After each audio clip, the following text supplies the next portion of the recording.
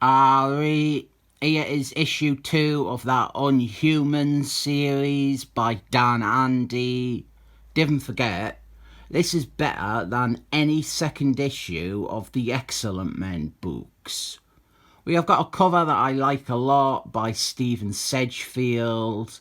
We have got Iris from the Inhumans, and she's alongside Hercules Man and her ex-husband, the Flash, and they are fighting against the Alpha Primates. I like this because it feels reminiscent of 90s Avengers, the Bob Patrick Harris run, where all 3 of these characters were main members of the team. I tell you what though, when it comes to Avengers history, if there is one member who has truly gotten the shaft and been dumped from all the scrapbooks, it is Iris. She was like a proper major Avenger for like 100 issues. And then since Tom Beavor's 22-year stint as the reluctant to ever leave Avengers editor, Iris has not once been on the team or even spoken of or out like that. Poor placement for the barcode as well. There is a baddie called Devo, and he is against war, and he goes around and he destroys and cripples species who commit acts of war. Lovely bit of oxymoron.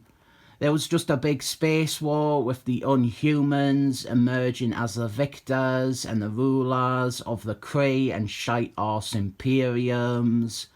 And now Devo, he is attacking the Inhumans with his robot army. We've also got one of my favourite Avengers teams ever, Dan Slott's Avengers. They have shown up because they got wind of Devo's plan of attack.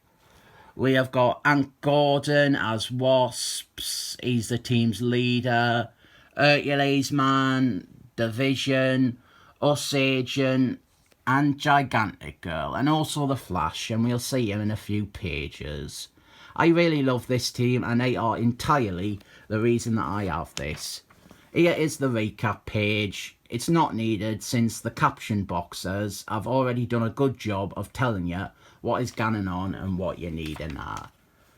And even though I have already professed that the only reason that I got this and the only reason that I still have it is because of the appearance of the Avengers, I have virtually no criticisms about this comic at all. This is a really enjoyable read. I'd even say that it is fantastic. The Avengers are well written and they are used nicely to help get across some of the Inhumans' personalities. Didn't forget, they are more interesting and sellable than the Excellent Men. We have got like a fun dynamic between Hercules Man and Gorgonzola. But one of the main things is that the Inhumans, they didn't really want the Avengers' help because it makes them look like weak as a race. They are rulers now, and it appearing that they required the help of the Avengers, it doesn't look good for their image. The Flash, he ran off with his super speed to find and save his ex-wife Iris from the Alpha Primates. And this is terrific. I was thinking, the Flash, he is probably one of my favourite Avengers. Easily in the top 5, maybe even the top 3. I fucking love the character. And a little subplot that we have got, I said in the video looking at issue 1, Iris, she has been married off to Ronan Reigns, and now we're getting to explore that relationship through the eyes of the Flash. And more action over here with the Avengers and the Inhumans fighting robots. And every member of the Avengers gets multiple lines of dialogue in this.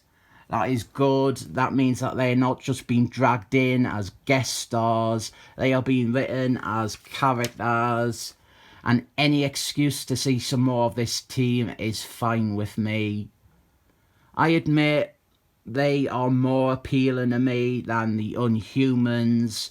But this does a decent job of making it so that the Inhumans, they are not sidelined or overshadowed by the far more exciting guest stars.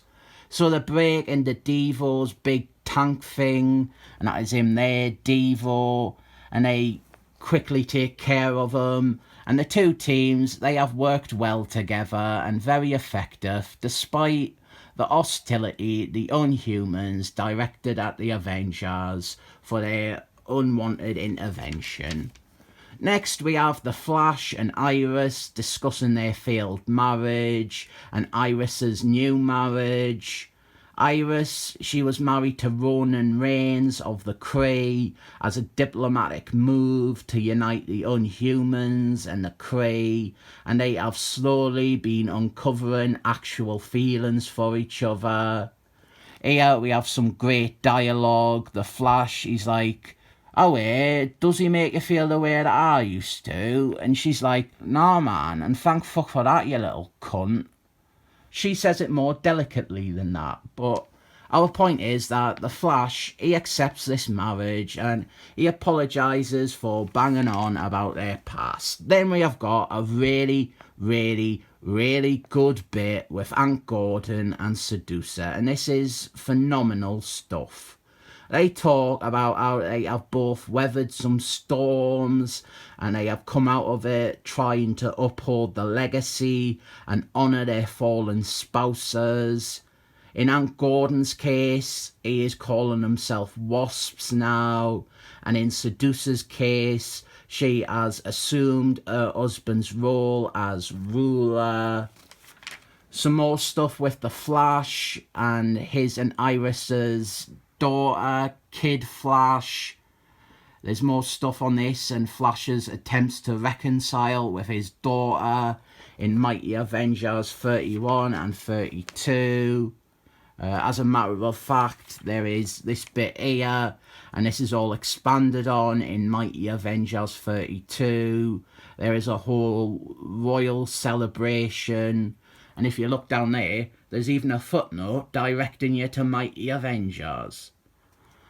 There is one problem with the placement of this story, and that is that it requires the Avengers to have two adventures in a row involving the Inhumans.